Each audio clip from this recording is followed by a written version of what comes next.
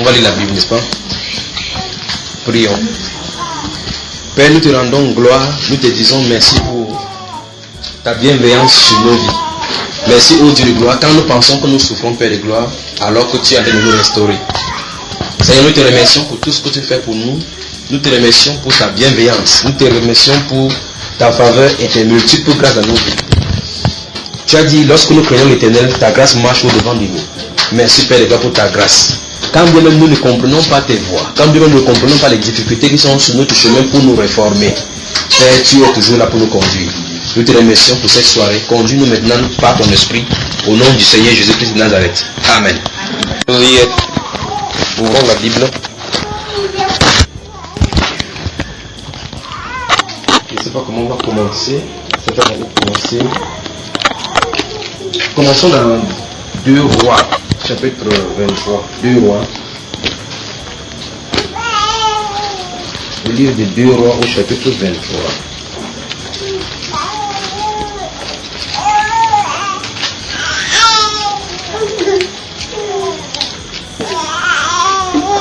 Deux Rois, chapitre 23. On va lire doucement. Et à chaque fois, on va laisser que le Seigneur puisse nous donner lui-même le contexte et puis nous donner le sujet de ce soir. On va lire doucement et on va voir des principes là-bas. On y va? 2 Rois. 2 Rois.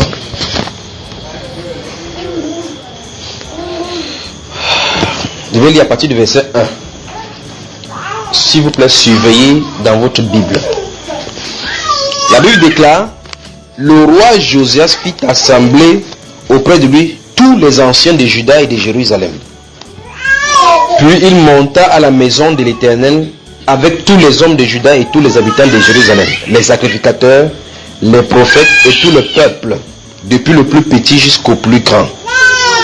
Il lut devant eux toutes les paroles du livre de l'Alliance. Il lut devant eux toutes les paroles du livre de l'Alliance qu'on avait trouvé dans la maison de l'Éternel.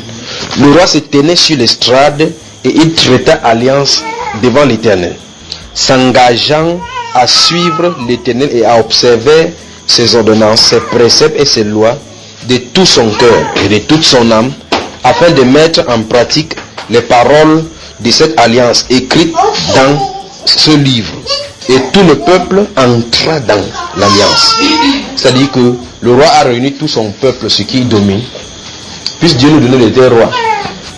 Tout le peuple qui était sous sa garde, ils ont dit: on a lu quelque chose dans la parole de Dieu, c'est comme ça, normalement, vivons maintenant comme ça, décidons maintenant de suivre cette façon de faire. Ils traitaient alliance devant Dieu et devant les hommes. Où est-ce là? Aujourd'hui, on suit des théories de philosophie humaine. Avançons seulement. Verset 4. Le roi ordonna à Ilkidja, le souverain sacrificateur, aux sacrificateurs du second ordre et à ceux qui gardaient le seuil de sortie du temple de l'Éternel, tous les ustensiles qui avaient été faits pour Baal, pour Astarte. On va revenir sur Baal et Astarte tout à l'heure. Et pour toute l'armée des cieux, souligner toute l'armée des cieux. Vous avez la Bible soulignée. Toute l'armée des cieux. Vous voyez, n'est-ce pas? On va voir ça tout à l'heure. Toute l'armée des cieux. Et il les brûla hors de Jérusalem. Remarquez bien ce qu'il a fait de cela. Il les brûla. Il a fait sortir tout ce qui avait été fait pour Baal, pour Astarte, pour toute l'armée de cieux. Il les a fait brûler hors de Jérusalem, dans les champs du citron, et en fit porter la poussière à Bethel. Il chassa les prêtres des idoles établis par les rois de Juda pour brûler des parfums sur les hauts lieux dans les villes de Juda et aux environs de Jérusalem. Et ceux qui offraient des parfums à Baal, au soleil. Remarquez bien, quelqu'un offre le parfum à Baal, au soleil. On offre le parfum au soleil. On va y revenir là maintenant au courant de la lecture. À la lune. Vous comprenez ça, mes chers amis?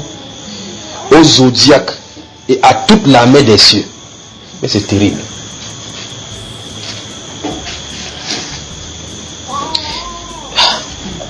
Vous allez le voir. Souvenez-vous, dans le livre d'Ecclésiaste, il est écrit qu'il n'y a rien de nouveau sous le soleil. Des choses qui sont maintenant, ce sont les choses. Des choses qui sont sous ce soleil-ci maintenant, ce sont les choses qu'on a, c'est-à-dire les pratiques qu'on a aujourd'hui là dans l'église, ou bien dans les milieux religieux, ce sont les choses qui sont passées dans l'ancien temps. Ça change seulement de nom, on peut changer de nom. mais les mêmes formes restent. On va arriver là, lorsqu'on va être conduit dans la parole de plus en plus, d'accord? Regardez, ils offrent des parfums pour le soleil. Par le parfum, c'est les prières là. C'est-à-dire qu'on brûle l'encens. Je ne sais pas comment vous voyez dans les stèles des églises là. On brûle l'encens, quelque chose comme ça, la fumée monte. C'est ça. On brûle ça pour le soleil, pour la lune, pour le zodiaque. Pour ceux qui font l'horoscope là, vous savez ce qu'on appelle 12 signes du zodiaque. Les gens ne sortent pas de la matin sans suivre l'horoscope. On fait les prières également là-bas. Il dit pour toute l'armée des cieux. Tout à l'heure on va toucher l'armée des cieux, vous allez comprendre. On parle des anges là, les gens qui prient les anges. C'est grave. On continue. Verset 7. Non, verset 6 c'est quoi? Verset 6 maintenant. Il sortit de la maison de l'Éternel l'idole d'Astarté qu'il transporta hors de Jérusalem vers le torrent de Cédron. Il la brûla au torrent de Cédron et la réduisit en poussière. Et il en jeta la poussière sur les sépulcres des enfants du peuple. C'est qu'on appelle l'idole d'Astarté. C'est la forme de la statue que vous appelez Marie aujourd'hui. Comprenez? On va voir ça tout à l'heure à l'intérieur là-bas. Donc vous voyez très bien que c'est que les gens ont fait longtemps avant Jésus, on refait encore aujourd'hui. Vous voyez, les gens ont des statues de Marie à la maison, des photos de Jésus. Remarquez, pour ceux qui ont des photos de la personne qu'on appelle Jésus dans la maison, vous voyez toujours qu'il reste un genre avec, on dessine un truc de cœur là, avec les couronnes d'épines sur ça. Je ne sais pas si vous avez vu cela. Vous avez remarqué qu'il y a le soleil au-dessus de sa tête. On va arriver doucement là. C'est grave seulement. Quelqu'un à côté, il a ça à la maison, il est sûr qu'il a Jésus à la maison. Il ne sait pas qu'il est le démon en personne au mur. Allons-y seulement, regardez. Verset 8. Il fit venir tous les prêtres des villes de Juda. Il souilla les hauts lieux où les prêtres brûlaient les parfums, depuis Géba jusqu'à Bécheba. Et il renversa les autels, les hauts lieux des portes. Celui qui était à l'entrée de la porte de Josué, chef de la ville, et celui qui était à gauche de la porte de la ville. Toutefois, les prêtres des hauts lieux ne montaient pas à l'autel de l'Éternel à Jérusalem, mais ils mangeaient des pains sans levain au milieu de leurs frères. Mais dans verset 10, le roi souilla Tophet dans la vallée des fils de Himon, afin que personne ne fît plus passer son fils ou sa fille par le feu en l'honneur de Moloch. Donc c'était personne sacrifiait même les enfants. Il y a un dieu qu'on appelait Moloch. On prend les enfants, on sacrifie. C'est grave seulement aujourd'hui. On parle de cela dans la franc-maçonnerie ou de Rose, comme vous avez parlé tout à l'heure. Verset 11, il fit disparaître de l'entrée de la maison de l'Éternel des chevaux, les chevaux que les rois de Juda avaient consacrés au soleil. C'est grave. Même les animaux avaient été consacrés au soleil. Donc si tu utilisais cet animal là pour monter là-dessus, tu viens de monter sur un cheval qui est désormais démoniaque.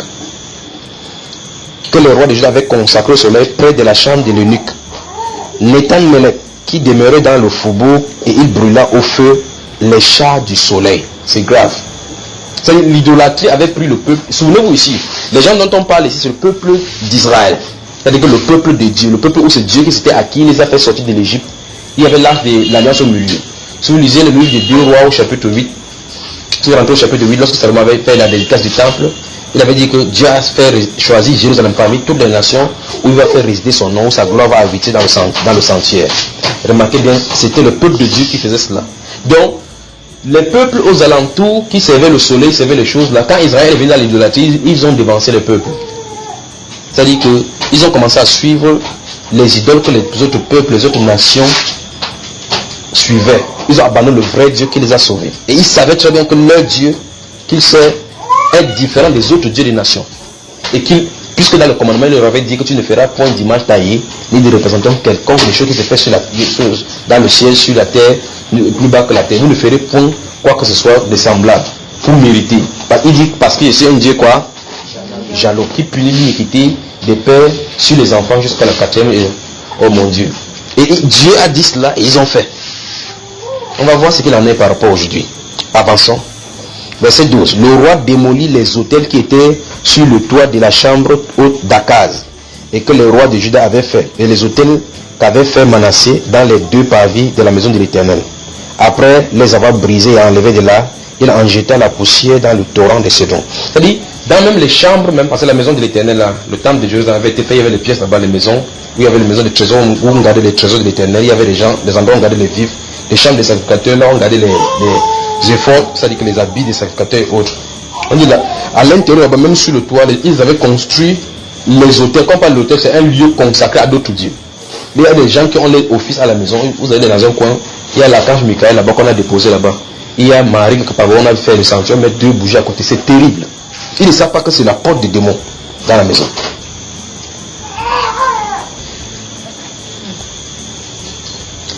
arrive, hein? Verset 13. Le roi souilla les hauts lieux qui étaient en face de Jérusalem, sur la droite de la montagne de perdition, et que Salomon, le roi d'Israël, avait bâti à Astarté. Ouais. Sur le nom c'est Astarté. Si vous entendez Astarté dans la Bible, sachez que c'est celle qu'on appelle Marie, mère de Jésus dans l'Église catholique aujourd'hui. Et tous les autres là, c'est pas. C'est que le mari qu'ils appellent, c'est pas le mari de la Bible. On va y revenir. L'abomination des Sidoniens à Kémosh. Regardez le nom. On dit Astarté, l'abomination des Sidoniens, Kémosh, l'abomination de Moab et à Milcom, l'abomination des fils d'Ammon. Donc, les noms Astarté, Kémosh, Milcom, ce sont des noms des démons que les gens adoraient. En Inde, c'est grave seulement. Chez les Bamilekés, maintenant, c'est terrible. Mais pourtant, si vous entendez les Bamilekés, ils vont dire si, vous comprenez que si, ça veut dire Dieu. Les gens essaient de narguer l'écriture en disant que, avant que les Blancs ne viennent ici avec leur culture, ils appellent ça culture des Blancs. Vous voulez dire que nos parents ne servaient pas Dieu, ils servaient si, mais si c'était les démons. Avant que l'évangile ne vienne sur la terre-ci, dans le cadre des Noirs, si on prend le cadre africain, avant que ça ne nous rencontre, on ne savait pas le vrai Dieu. C'est que l'être humain a dans sa conscience le fait qu'il y a un Dieu qui existe. Mais Satan se présente d'abord, il montre que nous voici, faisons ça. Mais les gens sont faits de façon fausse, avant que l'évangile vienne maintenant mettre en évidence le vrai Dieu. Vous savez, quand l'apôtre Paul est entré dans la ville d'Athènes, il a vu la ville pleine d'idioles. Avec l'autre, il y avait une idole qui n'avait pas de nom. Et la Bible déclare quand il a vu cela, son esprit fut irrité à l'intérieur. Parce que à cause de la ville qui était pleine d'idoles. Or, eux n'avaient pas le vrai Dieu. L'apôtre Paul est venu dans la ville avec le vrai Dieu. Il a dit comment il veut commencer ici. Parce qu'il y avait l'idole de ceci, l'idole de serpent, l'idole de la sagesse, l'idole de philosophie, l'idole de la mathématique, l'idole de ceci, les dieux étrangers. Les gens de la Grèce savaient qu'ils servaient Dieu. Et c'est ça qui est dans l'école aujourd'hui de la philosophie qu'on enseigne aux gens là. Ce sont les dieux là, les démons là qui inspirent ça ou maîtres. Vous entendez, on parle de Platon, de Socrate et autres aujourd'hui comme les contemporains. On dit que wow, c'était un grand philosophe. Les enseignements qui viennent là venaient des démons. Et c'était leur religion. Voilà pourquoi vous allez voir très bien que pour qu'un enfant de Dieu fasse la classe terminale, il aura toujours problème lorsqu'il va vouloir donner l'expression du vrai Dieu. Il aura problème avec le professeur de philosophie. Alors l'apôtre Paul a dit comment il veut faire, il ne sait pas comment il devait commencer parce qu'il y avait les différents dieux. Il a regardé qu'il y avait un idole là qui n'avait pas donné le nom. Il dit que c'est que vous adorez sans connaître là, c'est ce que j'annonce. Il a parlé, quand il a touché une résolution, il dit quoi? Que ce discours-là, c'est bavard de quoi là? Il nous parle des divinités étrangères que nous ne connaissons pas. Or le problème c'est qu'il croyait qu'il servait Dieu. Donc c'est la même chose avec les Bamilekés aujourd'hui. C'est la même chose avec les Africains.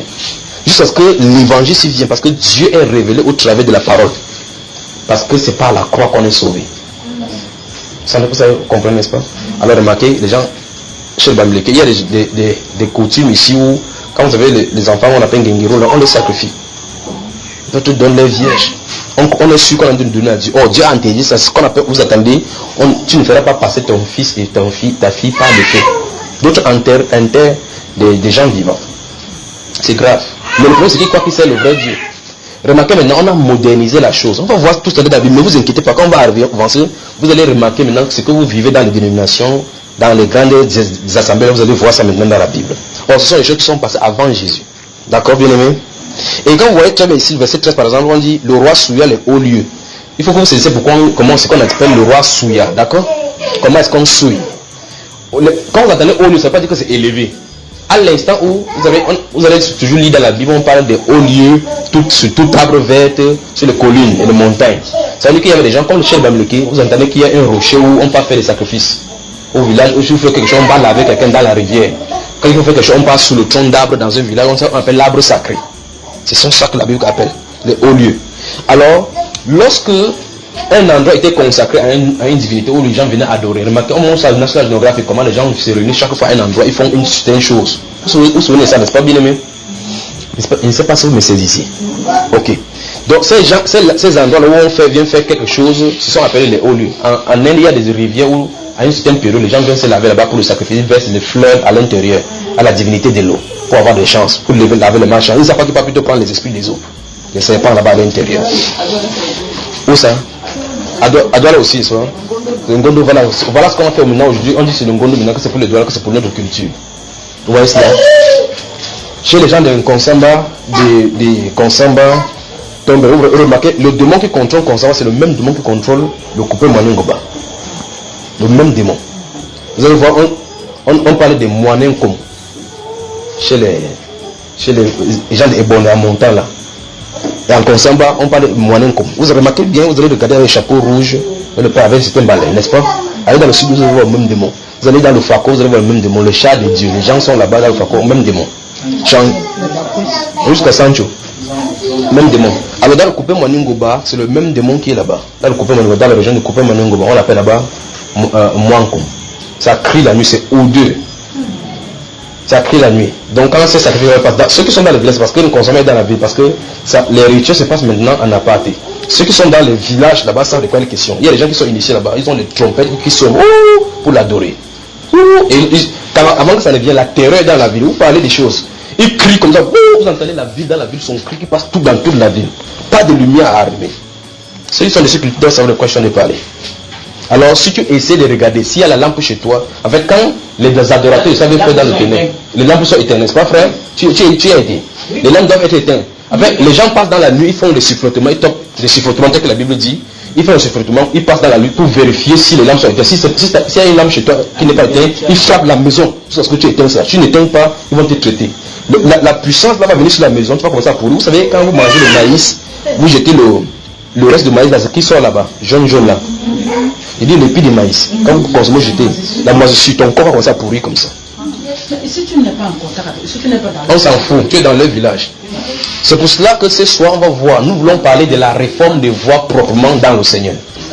Donc voilà le sujet. Il faut quoi faire?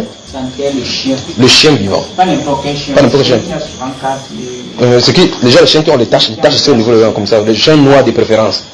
Donc on va voir tout cela. Ce n'est qu'une culture parmi tant d'autres. Il y en a tellement. Il y en a tellement. Voici par exemple, j'ai vu, pendant qu'il passe dans cette ville ici aujourd'hui, la semaine dernière, j'ai vu là-bas un Gondo, quoi, je ne sais pas, c'est le 13 d'examen, quelque chose comme ça là. Je ne sais pas si c'est déjà passé ou si ça va être passé. C'est déjà passé. Chacune des fois que ça se passe, on relâche l'esprit. Et remarquez tellement que les gens entrent sous l'eau. On dit qu'on va contacter les anciens ou bien les gardiens de la tradition pour qu'ils donnent le message pour le pays. Pour qu'ils donnent le message. Je ne sais pas quel message est sorti aujourd'hui. Ce sont des démons. Et toute personne qui est de près ou de loin allongée à ces cultures là-bas est ennemi de Dieu. Donc si tu portes même seulement la vie de festivité de Ngondo, tu es coupable devant Dieu. On voit tout cela dans la Bible. Dieu s'en fout des traditions des peuples parce qu'il dit dans la Bible que les coutumes des peuples ne sont que vanité. Les coutumes des peuples. Donc je disais donc que souiller le haut lieu, donc ça veut dire que, prenez un exemple, le cas d'Ngondo, je ne sais pas dans quelle région, dans quelle zone ça se passe. Supposons qu'il y a une rivière, ils ne peuvent pas entrer dans la rivière au Vouri. Enfin, le Vouri est grand, je ne sais pas dans quelle zone. Je dis, supposons qu'il y a une zone particulièrement où ils font ça.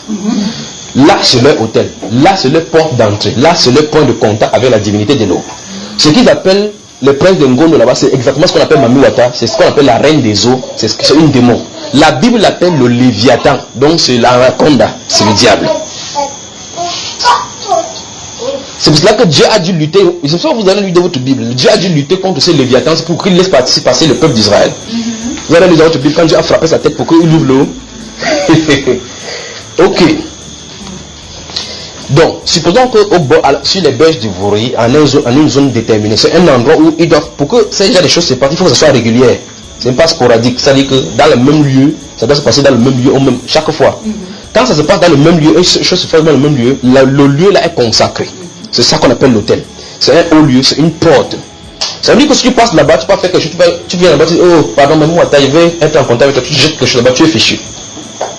Et tous ceux qui viennent là-bas, tu peux venir là, il m'avait même pas mon yaourt au Ngondo, l'onction qui est là-bas t'englobe. Ok, maintenant, c'est haut lieu ici maintenant.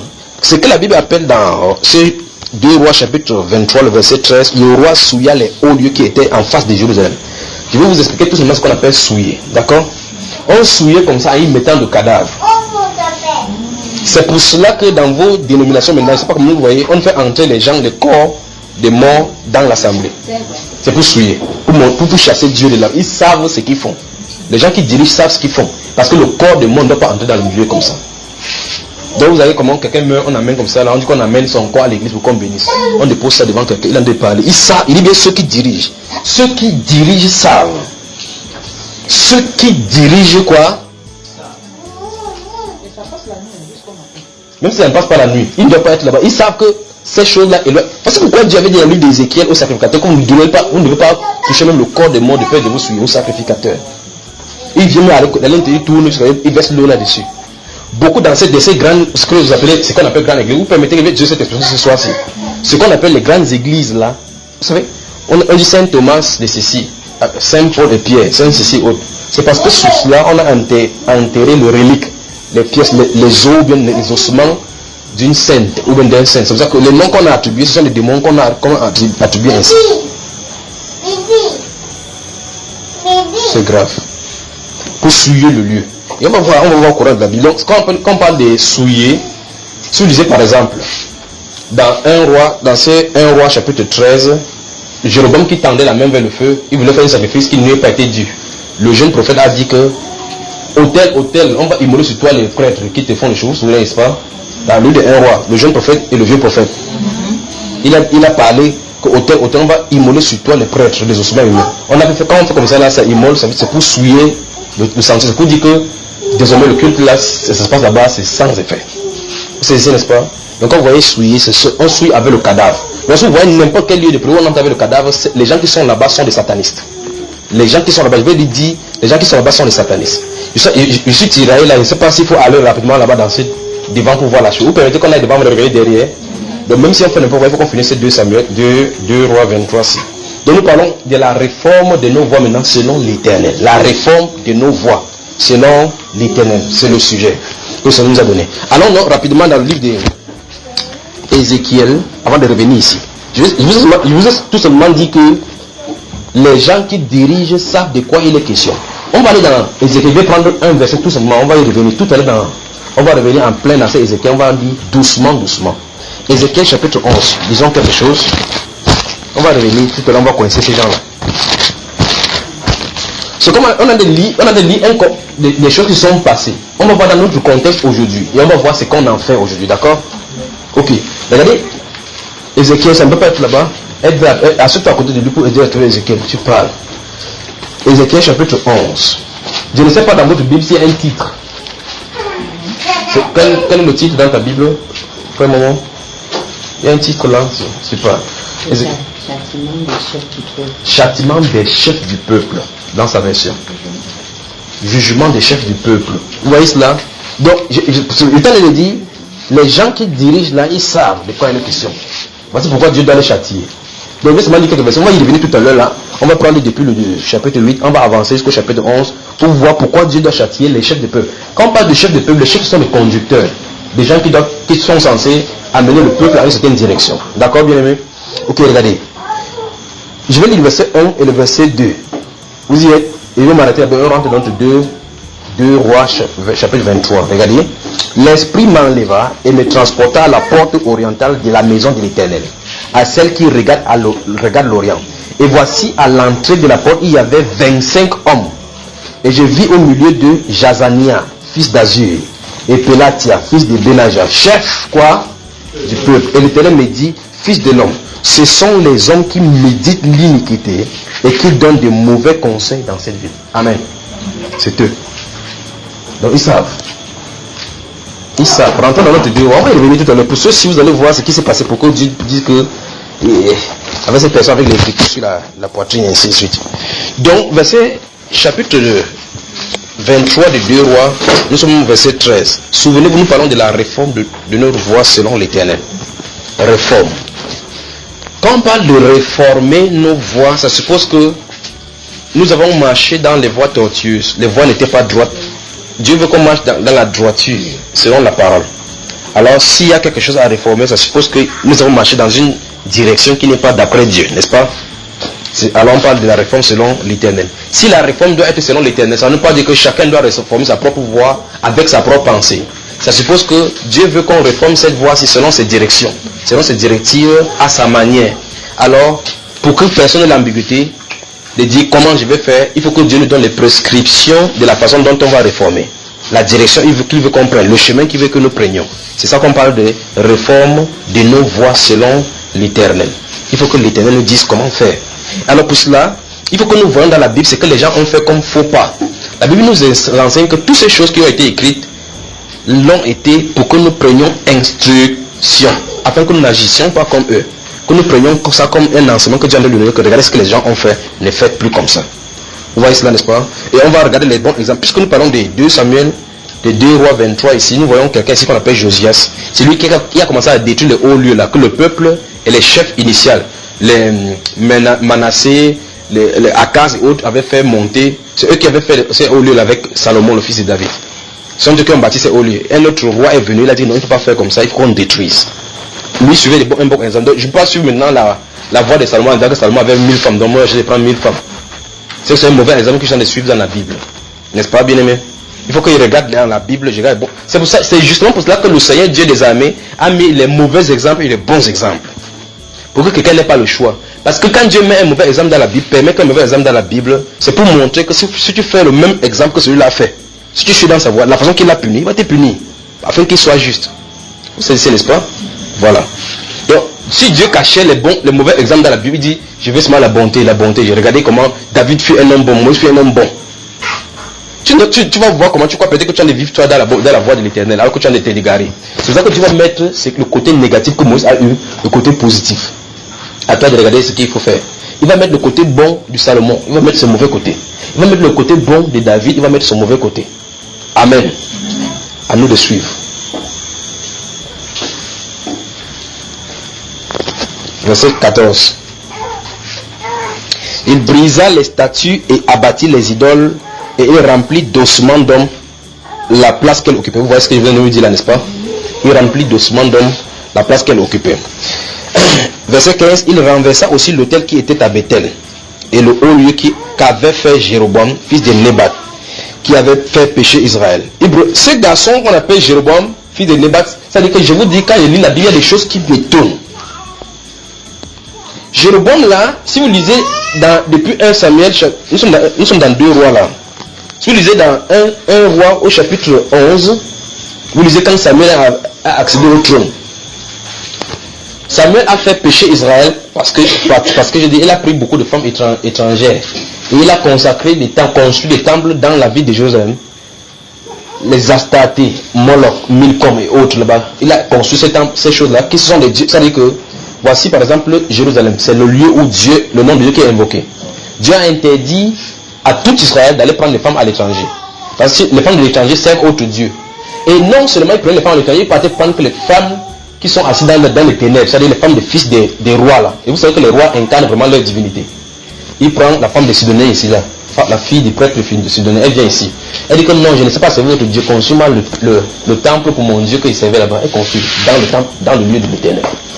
C'est comme ça qu'il a construit partout les hauts lieux pour les images taillées. Salomon, à qui Dieu a parlé comme ça là, donner toutes les sagesses qu'il a demandé et la richesse. Salomon. Et il a fait ça. À cause de qui? Les femmes. Alors Dieu va faire monter un prophète là, Akija. Le prophète sera en train de monter un jour.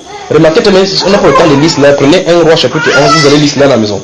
Quand le prophète est rentré quelque part, il a rencontré ce Jéroboam. Jéroboam là était quelqu'un qui était vaillant. Salomon l'a pris pour dire que tu peux prendre même quelqu'un qui demain sera celui qui va te remplacer sans te rendre compte. Il a pris Jéroboam, il l'a mis à côté de lui parce qu'il était vaillant, il était fort. Alors le prophète Akija l'a regardé dans les champs. Il a pris son manteau, il a divisé en 10 pas. Il a dit ainsi par l'Éternel, pense 10 pas parce que l'Éternel déchirera le royaume sur Salomon. Ils vont te donner 10 pas. Mais il ne le fera pas de son vivant parce que à cause de David, mon serviteur. Il ne fait pas de son vivant. Donc il a dit que Salomon meurt avant qu'il fasse cela. Alors Salomon meurt. Souvenez-vous, je ne parle pas de cet homme, c'est parce que je ne comprends pas comment quelqu'un peut avoir une rencontre avec le Seigneur comme ça. Il peut faire de telles choses. Je ne comprends pas. On parle de Jéroboam. On dit, verset 15, il renversa aussi l'autel qui était à Bethel et le haut lieu qu'avait fait Jéroboam, fils de Nébat. Or, c'est Jéroboam qui va remplacer Salomon justement parce que Salomon avait fait les hauts lieux. Et il connaît. Comprenez ce que ça me dit? C'est-à-dire que voici un chef d'État. Il met les endroits de l'idolâtrie. Je suis son bras droit, je connais que c'est ce qu'il a fait. Et c'est sa faute. C'est à cause de cette faute que l'Éternel l'a renversé pour me mettre à sa... Lui ne lui bâtit sa part. Et il connaît bien le prophète. Quand ça va être grave à lui, souvenez-vous, quand ce prophète-là va vieillir au chapitre 11, remarquez bien, si vous lisez cela, il m'a envoyé sa femme parce que son enfant était malade. Il dit, va là-bas, il y a un prophète. Quand il dit quelque chose, ça arrive. Amène-lui le pain. Sa femme est venue comme ça, masquée. Avant de venir, le prophète, quand il est aveugle, l'autre, elle n'est pas aveugle. Il a dit que, pourquoi tu te caches, l'enfant va mourir. Oh, remarquez très bien, au milieu de le même prophète qui lui avait dit que tu auras 10 royaumes, était là au milieu. Il suffit de lui dire qu'est-ce qu'il faut faire pour servir Dieu de bonne façon. C'est ce qui manque. Les gens sont sur la terre comme ça, personne ne veut voir. Ils ne comprennent pas qu'au milieu d'eux, il y a des gens que Dieu a pour les diriger d'après la parole. Chacun fait comme il veut. Et en plus de cela, en ce temps-là, les rouleaux étaient rares. Ça veut dire que c'était accessible seulement aux sacrificateurs et aux rois. Maintenant, nous avons la Bible. Chacun de nous sommes assis là, nous avons la Bible devant nous. Et nous devons lire pour savoir les voies que l'Éternel veut que nous marchions. Pas vrai? Là-bas, il pouvait avoir encore des excuses parce que le peuple qui était dans la ville, on les a entraînés comme ça par des prédications parce qu'ils ne savaient pas si c'est vrai ou c'est faux. Puisqu'ils vont lire la Bible ici, là, un rouleau qu'ils vont trouver au temps avant de voir que mince. Donc il y a des choses comme ça qui sont écrites. Or maintenant, nous tous, nous avons la Bible devant nous. Chacun a sa Bible. Vous comprenez pourquoi nous qui avons la lumière, la totalité, nous devons être jugés plus sévèrement qu'eux, n'est-ce pas? Ok. Donc voici Jéroboam à qui Dieu a parlé. Il a même fui aller en Égypte, rester jusqu'à ce que Roboam est monté. Souvenez quand Roboam, le fils de Salomon, est monté au trône, il a commencé à faire ces choses-là. Il a demandé le conseil aux vieillards et aux jeunes. Et puis il a traité Jéroboam. Dieu, il y a eu scission, n'est-ce pas? Alors finalement, les 10 tribus sont allées à Jéroboam comme l'Éternel l'avait ordonné. Mais ce qui est curieux, c'est que ce pourquoi on a séparé Israël, il a continué à faire la même chose. Donc alors maintenant, quand il va commencer à faire la même chose, un autre roi va être suscité, c'est ce qu'on appelle celui qu'on appelle Joseph ici. Il va voir, quand il va lire dans la Bible, il va voir très bien que Moïse avait écrit cela dans le livre de Deutéronome chapitre 4. Il avait écrit. Il avait prophétisé tout ce qu'il avait. Il va déchirer ses vêtements. Il a dit non, il faut qu'on change tout cela. C'est tout ce que Dieu attend. C'est ce qu'on appelle la réforme de voix. C'est-à-dire que je lis. Si je regarde quelque chose que nous faisions qui n'est pas bon d'après l'Éternel, je change mon cœur. Je déchire mon cœur et je me tourne vers ce que Dieu veut que nous faisons. C'est ça la réforme selon les voies de l'Éternel. Amen. Continuons. Verset 16, Josias, s'étant tourné et ayant vu les sépulcres qui étaient là dans la montagne, en voyant prendre les ossements des sépulcres et les brûla sur l'autel et le souilla. Voilà la définition que la Bible parle de souiller. Il voit les tombes là-bas. Pour souiller au lieu, c'est aller prendre les ossements là-bas. Donc, ce qu'on appelle l'église catholique, mais pourquoi les orthodoxes qu'on bâtit, vous savez, beaucoup de personnes savent que lorsqu'on construit ce temple, on met les ossements, ils mettent en bas. Je ne comprends pas que les gens, c'est écrit dans la Bible, les gens ils vont. Donc à l'instant tu passes des posters là-bas comme ça là, tu es en train de servir des démons. Parce que Dieu dit quel rapport y a-t-il entre le temple de Dieu et les idoles. Donc la Bible déclare que chez elle est devenue le repère de tout poison impur. Quand on parle d'oiseau impur là, c'est les démons. Donc on va y arriver. Que Dieu nous aide seulement. Souvenons-nous encore de titre. La réforme de nos voies selon l'Éternel. À la manière de l'Éternel. C'est-à-dire à la manière que la parole veut. Réformer nos voies. C'est-à-dire que la façon dont nous avons marché, nous avons suivi les voies détournées.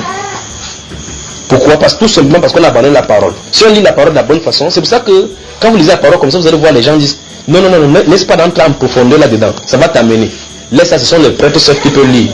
Un mensonge du diable. Or, la parole de Dieu a été donnée afin que tout le monde lit, les plus enfants jusqu'aux plus grands. Est-ce que c'est bien aimé? La parole, que quelqu'un ne vous détourne pas de la parole en disant que non, il y a des spécialistes qui doivent lire ça pour comprendre. Non. Dieu a donné la parole. Il dit que personne ne dise qu'elle est où la parole là. C'est au ciel qui va monter au ciel. C'est dans le ciel qui va aller là-bas, c'est juste de mon nom. Il dit la parole est près de ta bouche, près de ton cœur. Et c'est la parole de foi que nous prêchons, c'est ça. Donc personne ne peut dire que c'est éloigné de lui. En fait, tout, il y a des grandes personnes qui viennent souvent, ils distribuent des Bibles dans des écoles, le Petit Testament. Ils avaient la maison, certaines personnes brûlent.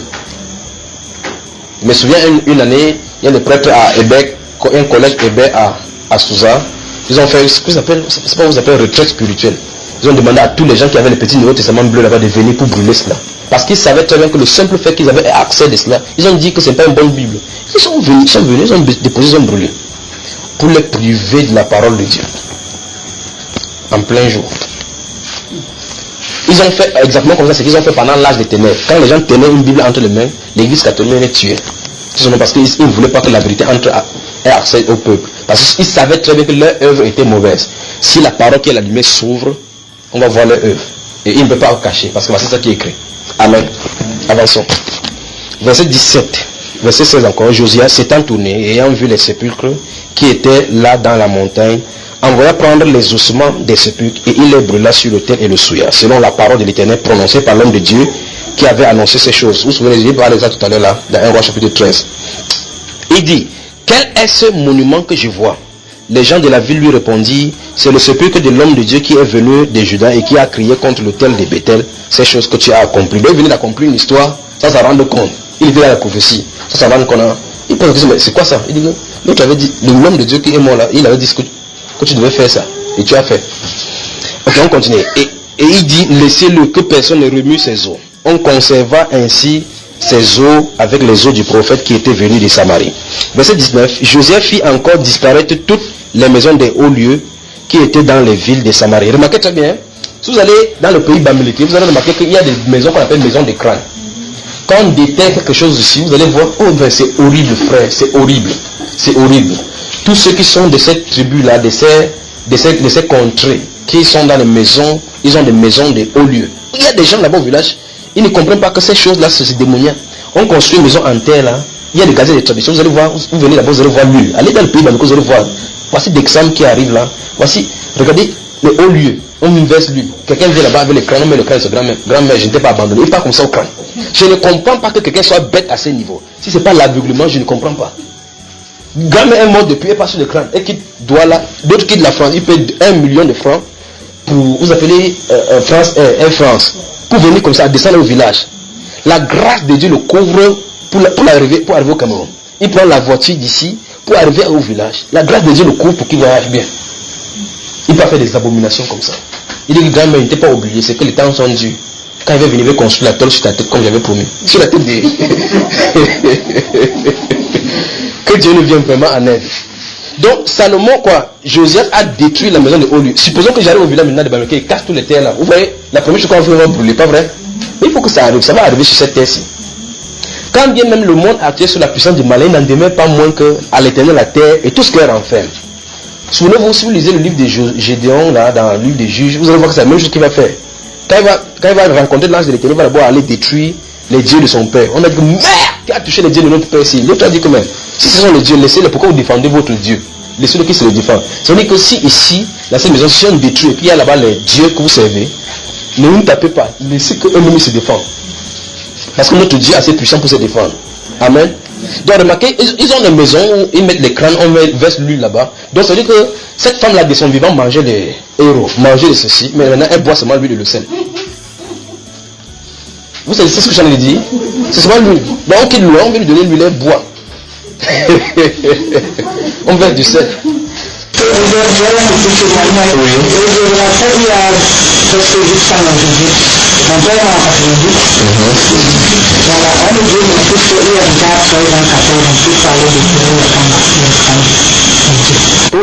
Comme il faut après 14 ans, il faut le déterrer le crâne.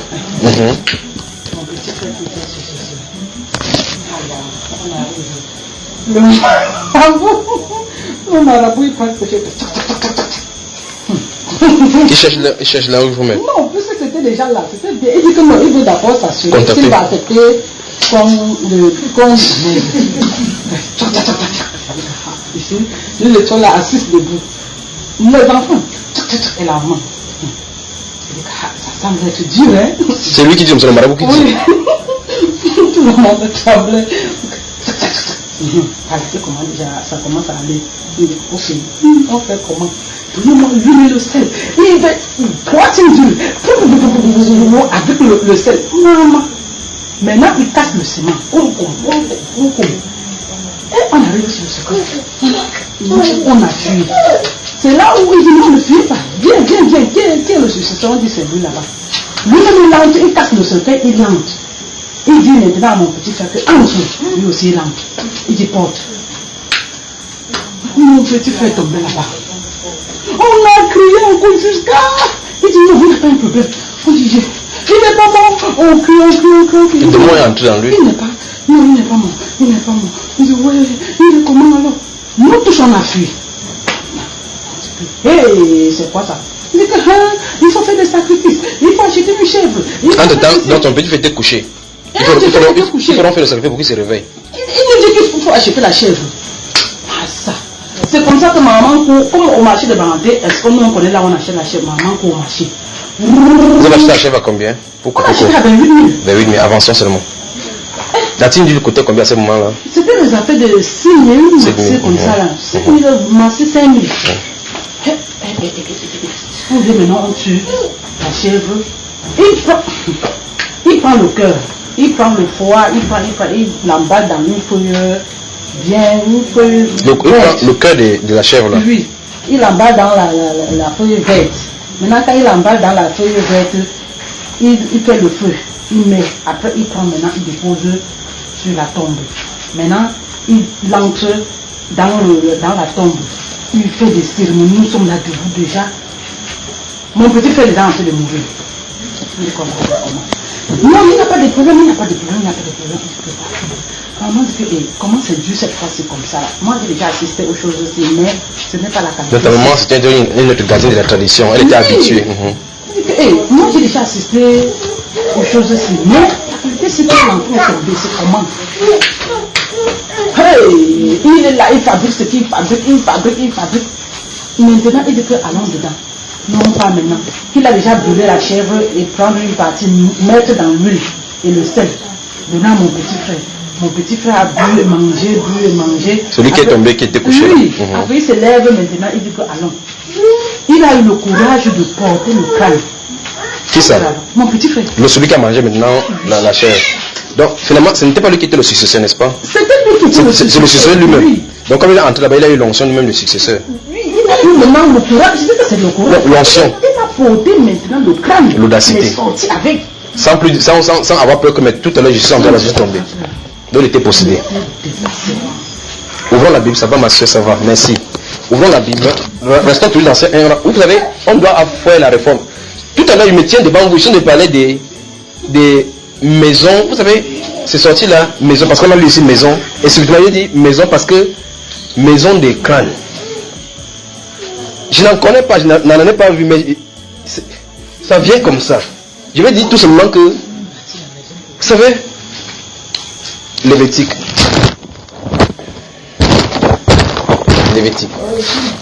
Vous voyez très bien qu'il faut une réforme. C'est pour cela que vous, dans vos familles, vous laissez les gens faire ces choses-là, que vous connaissez la vérité. Dites-leur la vérité avant qu'on vous repousse. Parce que c'est terrible. Maintenant, suivons ce que Dieu va dire. Et je veux que tu suives cela. Ton petit frère, il est encore vivant, pas vrai?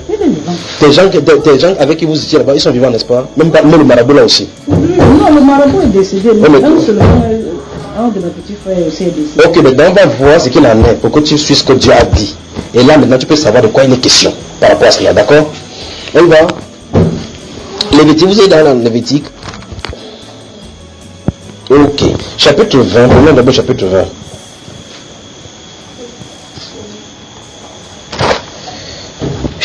Chapitre 20. Si vous avez ouvert chapitre 20, regardez, lisons le verset 6 tous ensemble. Lisons tous ensemble pour que ça reste gravé dans nos cœurs, d'accord? Lévitique, c'est le 4e livre d'un moment. Donc après Exode, là. Après Exode. Lévitique. Attendez d'abord, je vais donner le signal parce qu'il faut que cette soeur-là puisse lire. Il faut que chacun lise. D'accord? Tu y es déjà? Quand vous êtes assis à côté d'une personne qui ne sait pas ouvrir la Bible, aidez la personne à ouvrir. Sinon on se rend bavarder comme ça. Il faut que chacun... voici le pourquoi nous faisons que vous lisez la Bible. Parce qu'il faut que vous voyez de vos yeux. Il ne faut pas qu'on se tienne là, on vous dit des choses, vous ne voyez pas c'est écrit. Si vous croyez que c'est la parole de Dieu, vous voyez que si c'est écrit là-bas et que Dieu nous y interdit, si vous voyez de vos yeux avant d'aller, vous avez de compte à rendre à Dieu. Parce qu'on est des êtres humains, pas vrai? Nous n'avons pas de jugement à faire de chacun d'une vie. La Bible déclare que Dieu jugera les actions secrètes des hommes. Il rendra à chacun selon son œuvre. C'est pourquoi il faut que nous mettions ces choses au clair. Même ça ne nous plaît pas, même ça ne plaît pas aux gens. Les gens qui sont les gardiens des traditions, c'est Ngono qu'on vient de citer, le Ngon. Ngon chez les Bamoun. Vous savez très bien que vous entrez dans leur hôtel, dans leur royaume, vous voyez le serpent à 2 têtes. Et le serpent symbolise totalement et absolument Satan. Donc ils disent clairement que notre royaume c'est Satan qui le dirige. Et que c'est comme ça partout, dans chaque village. Nous parlons de Bamleke maintenant. Regardons ça. Chapitre 20, le verset 6, 1, 2, 3. Si quelqu'un s'adresse aux morts et aux esprits pour se prostituer après eux, je tournerai ma face contre cet homme, je le retrancherai du milieu de son peuple. Vous avez entendu? Si quelqu'un s'adresse à qui? Vous avez entendu, non? Donc quelqu'un quitte, comme je disais tout à l'heure, il quitte quelque part, il va sur la tombe de son père. Il dit, maman, je ne t'ai pas oublié, comme il pleut sur ta tête, je veux construire la tombe. Mais si elle entend, qu'elle quitte donc là-bas.